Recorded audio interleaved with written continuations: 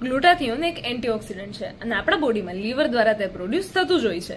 એ ઉપરાંત ગ્લાયસિન, ટાયરેસિન, ગ્લુટેમાઇન એ બધા amino acid દ્વારા પણ ગ્લુટાથિયોન પ્રોડ્યુસ થાય છે. હવે એન્ટીઓક્સિડન્ટનું મેઇન કામ શું છે તો કે બોડીમાં રહેલા ફ્રી રેડિકલ્સને ન્યુટ્રલાઇઝ કરે છે. હવે આ ફ્રી રેડિકલ્સ કઈ રીતે બોડીમાં આવે છે તો કે યુવી રેઝ છે, પોલ્યુશન છે, સ્મોકિંગ છે, સ્ટ્રેસ છે અને આજની લાઇફસ્ટાઇલ એ બધાના લીધે બોડીમાં જે છે એ ફ્રી રેડિકલ્સનું પ્રમાણ વધી જાય છે અને એના લીધે એજિંગ પ્રોસેસ પણ ફાસ્ટ થાય છે, સ્કિનની હેલ્થ પણ બગડે છે.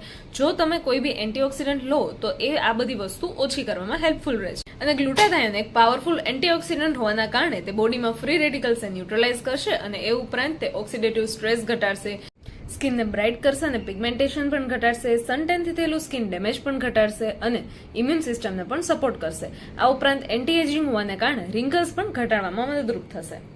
તો સમજાઈ ગયું ને કે ગ્લુટાથિયોન શું છે? હવે ગ્લુટાથિયોનને કયા ફોર્મમાં લેવું જોઈએ અને કઈ ફૂડ સપ્લિમેન્ટમાં લેવું જોઈએ એ હું તમને નેક્સ્ટ વિડીયોમાં બતાવીશ.